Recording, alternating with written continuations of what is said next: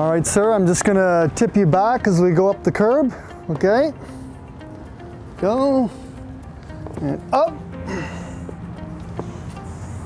And as we go back down the curb, I'm just gonna slowly wheel you back. You're gonna tip back now. And I'm gonna roll back and slowly put you down.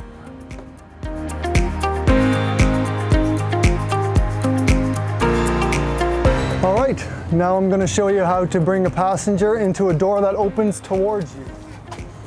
I'm gonna grab the door with my one hand, open it, I block it with my foot, and then I get my body in front of it, and I just slowly bring the passenger inside the door, and then I close the door when I move my foot.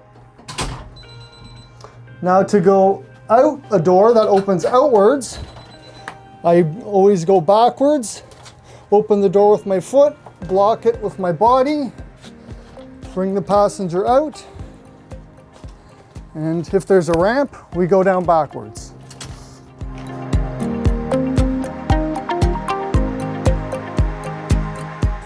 When you're taking somebody using a wheelchair on a ramp, it is very important they're always facing up, because that way if your hands slip because they get sweaty, there won't be a problem, because you can just stop and support the wheelchair with your thighs and then move back on comfortably until you get to the bottom.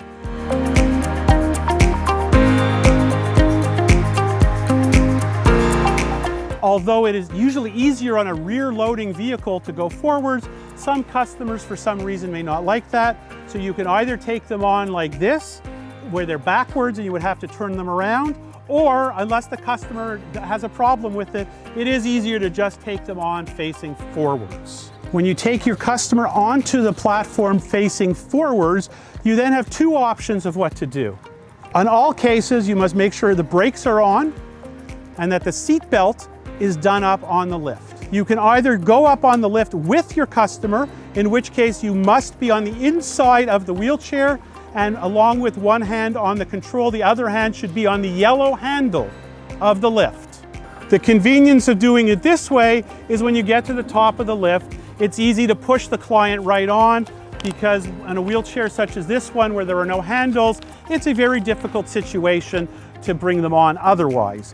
When you are hooking up Q'Strengths, you want to make sure that you are hooking them up to a frame, the frame of the wheelchair that is welded in. You cannot put them onto items that are bolted in, such as the tires, as they will pull apart in an accident. The next step is to put on the seat belt. The customer must wear a seat belt. If the customer says no, you inform them that you will not take them unless they agree to put a seat belt on, and that you will just have to unload them and bring them back in, and that nobody from our company will be in a position they can transport them. The seatbelt has to be put on the same way you would be doing it as if you were wearing the seatbelt yourself. It needs to be across their hips and tight across their shoulder.